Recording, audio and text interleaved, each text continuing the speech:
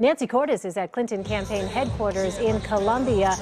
Nancy, based on the results in South Carolina, what lessons does the Clinton campaign take away going forward here? Well, they take away the notion that if she just stays in a state, really works that state, she can have some pretty impressive results. It's interesting, Anthony, talking about Bernie Sanders trying to make inroads in the South. Just today, Sanders was in Texas. He got 10,000 people at a rally there to come out. Hillary Clinton doesn't get crowds anywhere near that size. And so if you just look at the numbers of people who are enthusiastic about their message, you might think that Bernie Sanders has the edge. He got 7,000 in Oklahoma this week, another 7,000 in Kansas City. Hillary Clinton, when we go to her events, turns out maybe 300 or 400 people.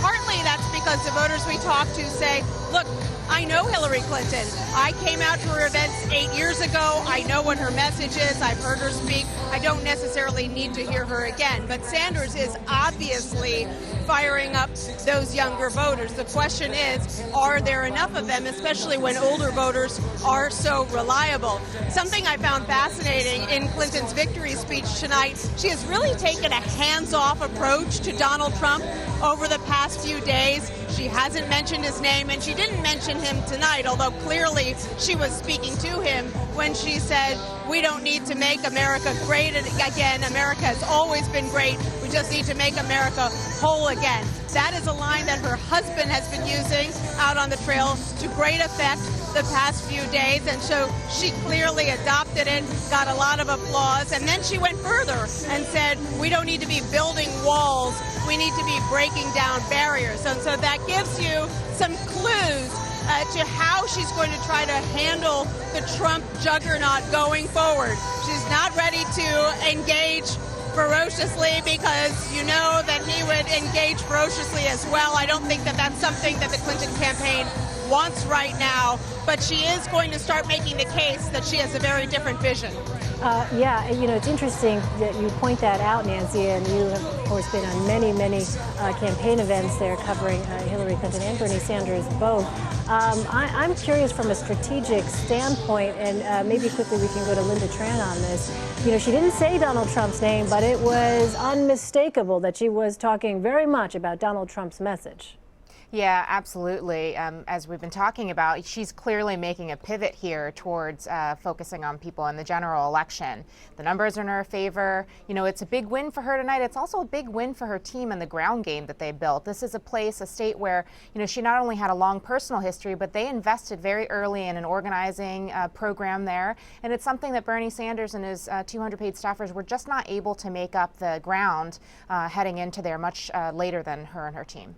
Let's see if we can get that live picture back. Oh, I guess this is a video from earlier, but Nancy was talking about the enthusiasm that she saw on the trail there covering the Sanders campaign. Steve, looking at this picture, though, one would think that the enthusiasm among Hillary Clinton supporters now obviously is going to surge given this very decisive victory over Bernie Sanders tonight. I mean, that's the expectation. And what's interesting is, so when she lost in New Hampshire, there was all this discussion about let's look forward to Nevada, South Carolina, Super Tuesday. Clinton's campaign was talking about their firewall and how South Carolina was going to be her firewall. Well, not only was it her firewall, but it was a firewall beyond anybody's expectations. She's winning, she's going to win this state by a huge amount. And again, it's a predictor of, I think, maybe what's going to happen on Tuesday. There's a lot of states, as Anthony said, that are very similar in terms of demographics in the South. And if this really is sort of, the real push that she needs to sort of move forward, I think that's likely what we're going to see on Super Tuesday. I also found it very interesting, her remarks. She talked a lot about, suggested she was talking about Donald Trump, talking about building walls and togetherness, which I thought was really interesting. And she changed her messaging after New Hampshire and tried to sound more inclusive. She was dropping the use of the word I and used we a lot more, talking about togetherness. But also what's interesting too is the fact that she's in a competitive primary, at least to this point. It altered her message to a point where she had to go further to the left and had to embrace Barack Obama. And we saw that work for her very well in South Carolina. We'll see if it works for her in Super Tuesday states, but if, again, this is sort of mirrors, those states mirror what's going on in South Carolina, that should work for her there. The question is, when she moves to the general election and she's up against somebody like Donald Trump, is that message how is she going to deal with that message in a general election? Do Americans want a continuation of the Obama administration? Do Americans want these ideas overall that are further left than I think where she was positioning herself before she got in a competitive primary? It's always interesting to see how competitive primaries move candidates to a certain point where then they have to maybe adjust what they're going to do in the general election. I think we might be sort of seeing the seeds of that right now. Yeah, John, let me get your thoughts on that, because you were mentioning this even just in some of the rhetoric tonight. It's certainly different than what we've heard from Hillary Clinton in the past. How do you think this campaign against Bernie Sanders has affected Hillary Clinton's candidacy? Well, I think she's becoming a better candidate before our eyes.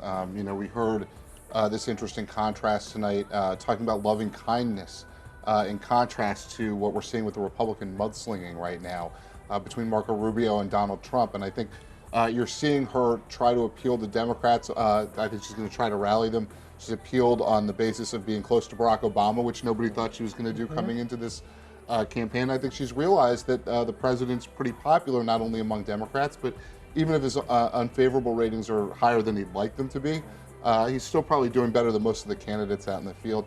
And then the one last thing I would say is, you're hearing a little bit of a softening of her tone.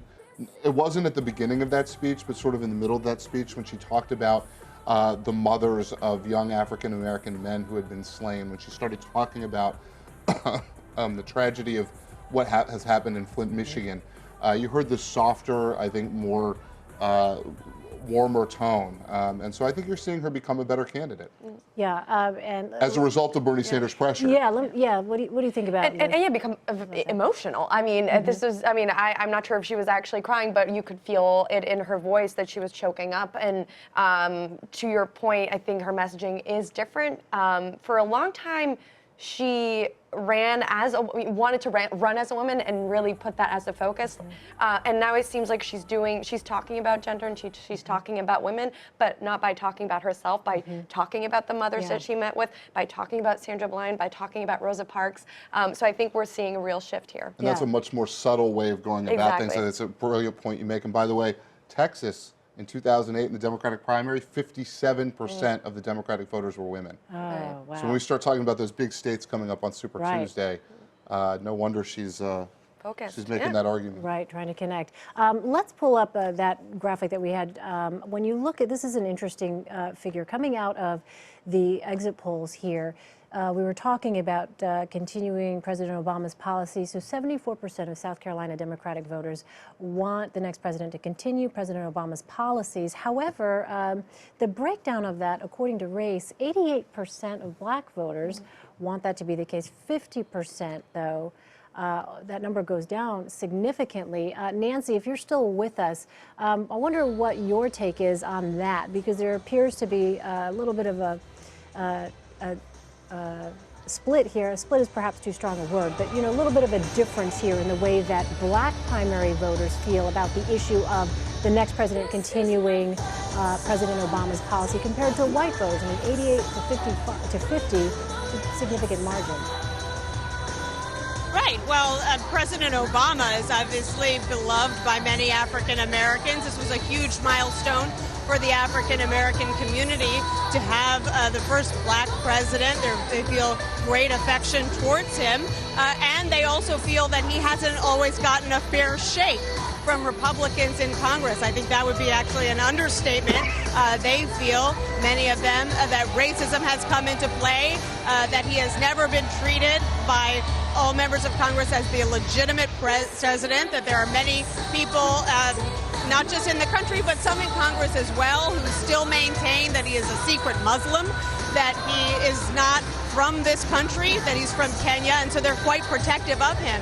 And they see Hillary Clinton as someone who ran fiercely against him in 2007 and 2008, and then sucked it up when she lost and went to work for him and was a very loyal Secretary of State for 4 years. And so she's really linked to President Obama in many of their minds. She is sort of seen as the natural successor to President Obama in this two-person field, when the other candidate, has not been a Democrat for all of his career. He has been what he calls a democratic socialist.